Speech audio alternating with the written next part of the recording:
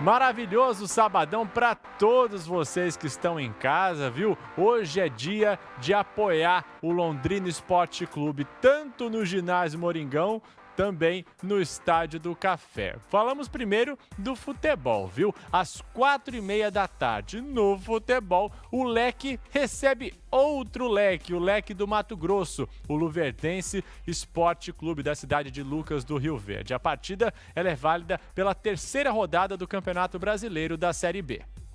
O time do Londrina teve um intervalo de 10 dias entre o empate diante do Brasil de Pelotas, fora de casa, e o jogo contra o Luverdense, hoje no Estádio do Café.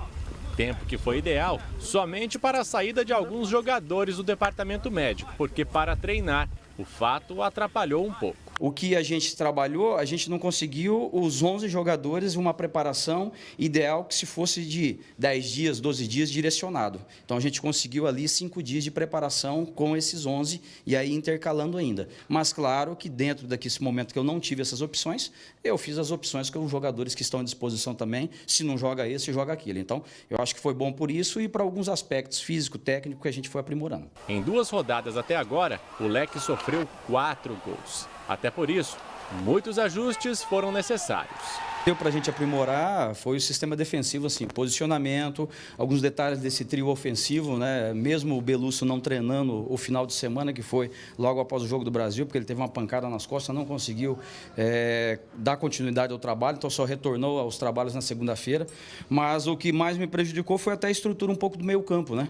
Porque a gente tinha ali a ausência do Celso com uma pequena lesão, que inclusive foi acusado no exame de sábado, né? Que deu um edema na coxa e ficou fora até terça-feira, então voltou a treinar no período da tarde da terça e ontem que treinou normalmente, retornou e deve ir para o jogo. Mas mesmo depois destes 10 dias, ainda existe motivo para preocupação.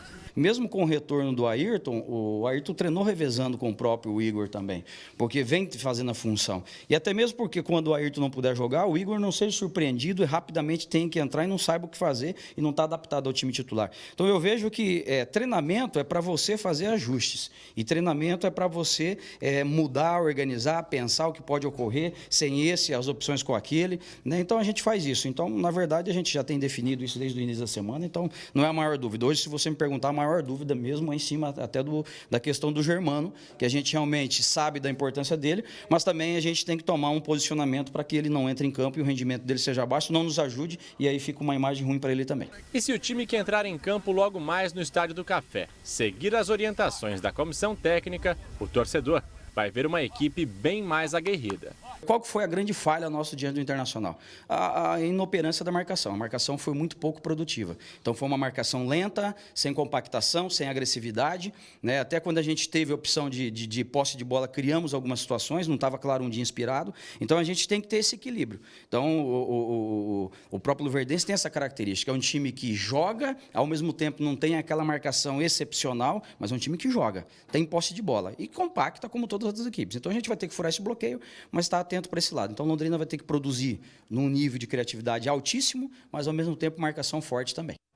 E a vitória é essencial para o Londrina deixar a zona de rebaixamento, né? A gente continua falando da Série B do Campeonato Brasileiro com a terceira rodada também, que começou lá na última terça-feira com a vitória do CRB de Alagoas sobre o Santa Cruz e vitória também do Guarani sobre o Figueirense.